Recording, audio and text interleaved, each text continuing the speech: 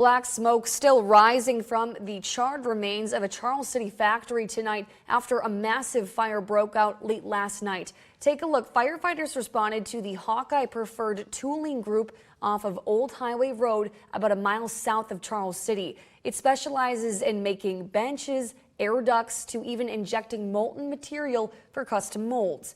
And with those chemicals burning, firefighters were forced to retreat, and as many now finally get to return home this evening after being evacuated, ABC 6 News Iowa correspondent Alexander Schmidt brings us the latest from those ashes. Strong winds have been hindering efforts all last night and now into today here south of Charles City at Hawkeye Preferred Tooling Group. This plastics manufacturing facility you see behind me is deemed a total loss.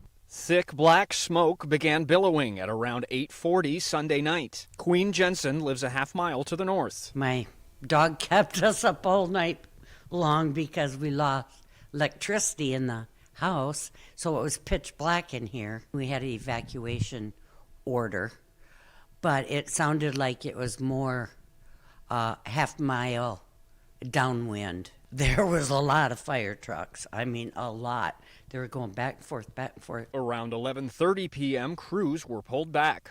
The scene became unsafe due to several stored materials within the structure that became involved in the fire, requiring the evacuation of personnel from the immediate scene to a safe location. Charles City Fire Chief Sam Deverell said there's no danger to the public outside of the scene, and nearby residents have returned home. At this time, the fire has consumed most of the fuel in the building and is progressing to burn itself out. Was the risk like an explosive risk or inhalant risk? It was an inhalation risk.